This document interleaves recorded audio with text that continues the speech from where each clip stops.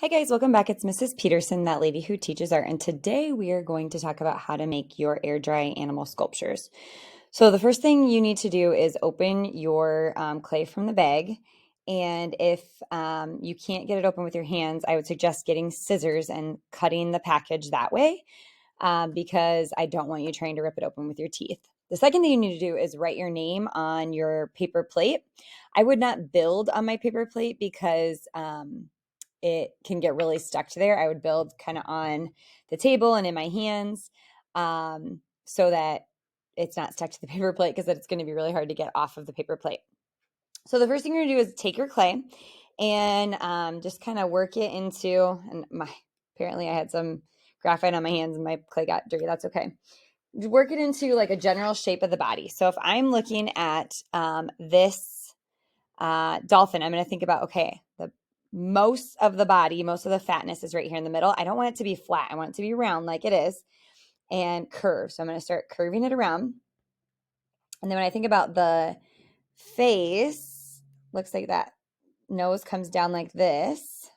Smooth that out a little bit. And then looks like I need to make this body a little bit longer. When I get to the fins look like they go the opposite way. So I'm going to pull that clay right out from here. I'm not taking any clay off and trying to attach it.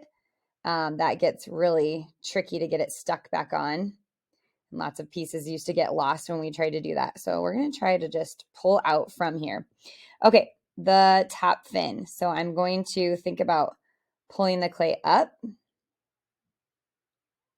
and back for that fin. And then I have these side fins. I'm just going to take some clay and kind of come out like that. Do the other one as well.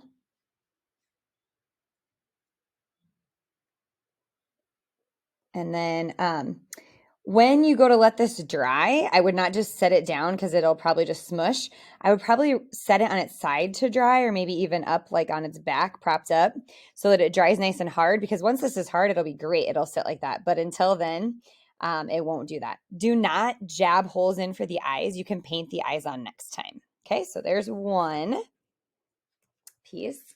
Let's talk about if you have something like this. Okay. So if I took my clay and I'm, again, starting with the shape of the body, I'm thinking like I don't know, not half, but a lot needs to go up for that head. So I'm going to just like squeeze the neck up. And then as I'm working on that head, I've got the ears that are nice and round and back. I guess they're not so round. They kind of pull down, don't they? Then the face, I need to pinch out and get that face, that little nose. The eyes probably have like some indents there. That nice little koala nose. And then if I'm going to have it like against the tree like this, I'm going to have one arm coming out. So I'm going to bunch up some clay here and get that little arm. It actually comes closer to the face, doesn't it? And then I would just kind of work on that little, if you need to use a toothpick, should have brought one over here. What do I have? I guess I have this for my toothpick. You can use that little toothpick to get the little fingers. Okay. And then this needs to be way skinnier up at the top, especially where that wrist is. And then it's got a chunky little body. And then that leg, so it kind of wraps around there.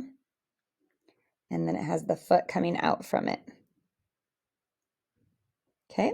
Whatever I do on this side, I could also come back and repeat on the opposite side. But there is the start of my koala. If you want to do texture using your, you'll use the paper or the toothpicks, but you can kind of add that little texture to the clay. Don't stab at it. Again, don't poke eyes. That's not how that looks. But if it needs a little bit of like fringe down here at the bottom, You can just do little lines going down so that it shows that that texture. Okay. And then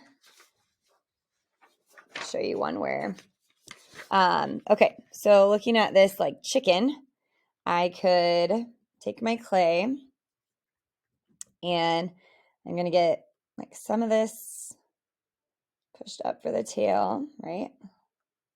I can just kind of pull little pieces out to be those little feathers. Okay, and then I can see them from both sides.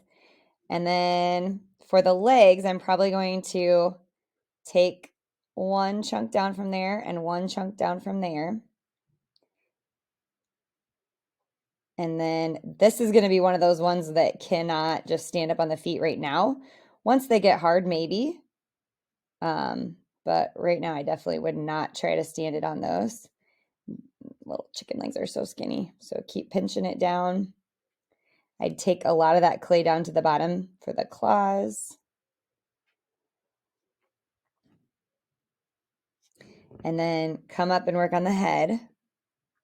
Again, you want to think in 3 dimensions, so you're going to keep it round all the way around. And then get the little tiny beak out here. I don't know what this is called. On a turkey, I call it the gobbler. I don't know. And then get that crown up on its head. And it's okay if that gets pretty thin, because I think in real life that's pretty thin.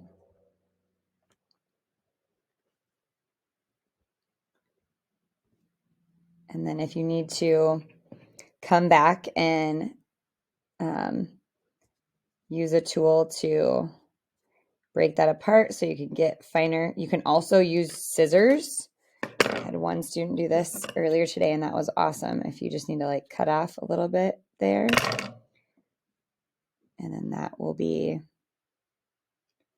the crown of that chicken's head. Okay, and then again, I would not try to set it on its feet to dry. I would set it down to dry, and then we can set it up when it's been nice and hard. If you do have 2 front legs that need strength, you can always stick a toothpick up through there. But make sure that if you're just sitting down, that's a lot better. If you have a texture like this Gila monster, you're going to want to take something like the popsicle stick and just push that texture in. You can use the stir sticks to do that as well. If you have a turtle, you can use most of your clay as the shell and then pull out those arms, the head and the feet. And I would probably draw the texture right onto the shell with one of our tools. Again, if you have a mouse like this, it's very much mostly body, and then pull out that tail, pull out those hands. You may need scissors to cut up in those little pieces. Pull out the ears. I would not stab the eyes in. If anything, they pop out, or we could paint them on next week. And make sure you pull down for that nose. And then when you would do something like this, mostly body, right? And then bring about half of it up for the head, and then pull those antlers out from the top, just kind of like I did the top of this chicken. All right, you guys, that is how we are going to create with our air dry clay. I can't wait to see what you create.